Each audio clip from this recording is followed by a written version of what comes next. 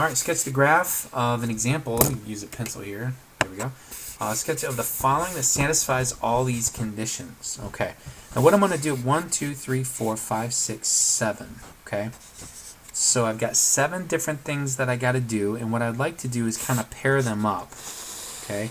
These guys kind of belong to each other. One's coming from the right, one's coming from the left. Let's see. These guys pair with each other. And then these guys pair with each other. Okay? Why? This is going to infinity. That's negative infinity. This guy's going to 2 from the left, 2 from the right, 0 from the right, 0 from the left. So these guys are kind of working, they're kind of paired. This guy is just some kind of freebie here, so we know that we'll just fill that in. Okay? So this guy's done. Okay, we've already covered him. So I think the one's going... let's do the one going towards 0 first, okay? So if I'm coming from the right and I'm going towards 0, okay, I'm actually going to equal negative 2, okay? And I'm just going to draw a little curve there, okay? So now I'm going to come from the left, and that actually equals 1, okay? Okay, and just a little curve there. Now what that's done is I've gotten this guy covered. Okay, so now I've got 4 more to go. It looks like if I go to negative 2 from the left, it's infinity. So positive infinity. So negative 2 from the left would be positive infinity. Okay, and no, that's negative 2. Look, we're supposed to go to positive 2 from the left. So positive 2 from the left would give me positive infinity, and coming from the right is going to give me negative infinity. Okay, now this guy could be up here if you wanted, and the curve could be just going all the way down, whatever you want to do. That's totally open. Alright, so this guy's done. Okay, so now don't connect the dots at all, just let it sit there for a second. We'll figure this out in a minute. Okay, but we definitely know that there's going to be an asymptote here, right? So we can at least draw that. Everything else is fine. Now, if I go to positive infinity, that's the right arrow, it looks like I'm going towards 3. So this means that this curve is going to connect with this guy. He's going to be going towards 3. Okay, and he'll just kind of bend towards 3. And then this guy, as we go to negative infinity, this guy's going to bend towards positive 4. Okay? So now all you've got to do is essentially just connect these guys. So let's just connect them. Okay, this guy would look a little better if we did this. Okay? And then this guy can just connect like that. Alright? And again, this is pretty loose. Just make sure that it is a function. Make sure you don't overlap. Don't have a curve. Like, don't end up doing like a curve that like, oh man, you couldn't even see it. Sorry. A curve that like goes over itself. Okay, you can't have anything like that. So just make sure that is. Man, sorry if that was underneath the camera for a while there. Okay. So yeah, pause it right here if you need to take a look at that. Because it was down low and it looks like it would have been up. Okay. Going to the next one. That table will be its own video. Alright, so this guy, what do we got? We've got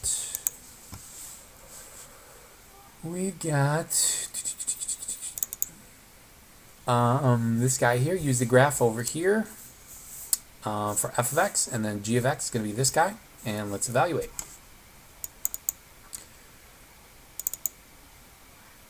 So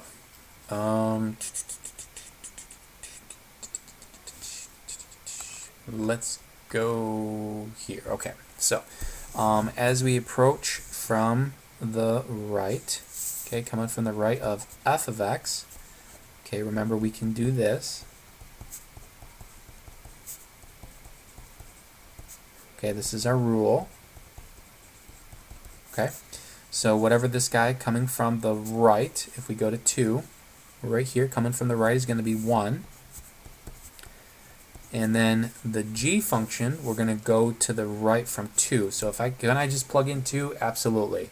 In fact, I'm going to get 2 squared is 4. 4 plus 4 is 8. So this would be 5 radical 8. Now we can simplify radical 8. We can pull a pair of 2's out of there. So then you would actually have 1 plus 10 radical 2. Okay?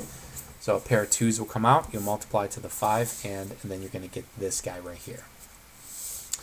Alright, now plugging in a 1, this is easy because we can use the property rule. Let's plug in a 1 into f of x, and we get negative 2. So negative 2 times, plug a 1 into the g, radical 5. So that's just going to be negative 2 radical 5. Alright, now what if you're going to from the left and you're going to f of x? So 2 from the left looks like it's negative 1. And up here, positive 2 from the left, that's also going to be radical 8, right? Okay. So, you know what, if you left it like this, negative 1 over radical 8, that's not bad. This is better. If you did negative 1 over 2 radical 2, because you're taking out a pair of 2's out of that. And then, of course, if you wanted to get rid of the radical, that would be even cooler. But honestly, like, really cool people would do that. Okay? So if you want to be a really cool person, yeah, then do it for sure. Okay?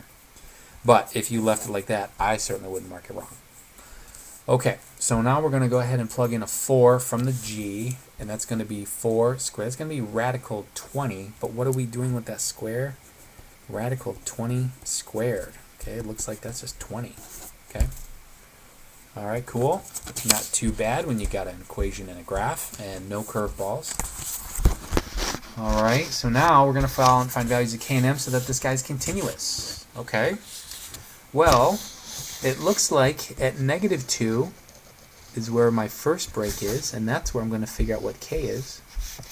And then right here at 3 is where I'll find out what my m is. Okay? Because one's coming from the left, I'll solve for k. The other's coming from the right, I'll solve for m. So what this means then is x squared minus kx plus 3 has to equal the guy in the middle.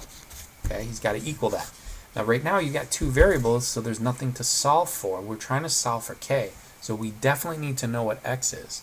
So if I look here, x right there has to equal negative 2 because negative 2 is where the break happens. So let's figure out what k has to be. So what we're going to do then is plug in a negative 2 for every single instance of x. Okay, and then we'll just be careful. So it's not really that difficult. The algebra isn't too shabby there.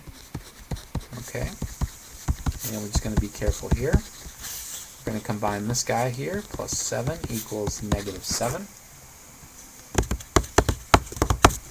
Alright, so we're going to move that 7 over there, so we get negative 14, and then k has to equal negative 7. Okay, so there you go. There's definitely going to be one of these on the test. Okay, so that's the first piece. Now we need something for m. So 2x minus 3 has to equal 4 minus 2m. But we will just want m, so we need to know what the x is. And we know that right there, x has to be 3, because that's where the break occurs. So we're going to throw in that 3 right there. Okay, so now we got 6 minus 3 equals 4 minus 2m. That's 3.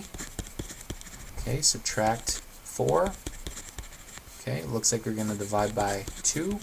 So it looks like m has to equal 1/2. Okay, and that's it. Those are the two values. That's how we connect it. So if you were like programming a computer and you needed two data streams to connect, you'd have to like tweak it. Okay, and that's those are the variables you want. And then this guy we will do in the last video.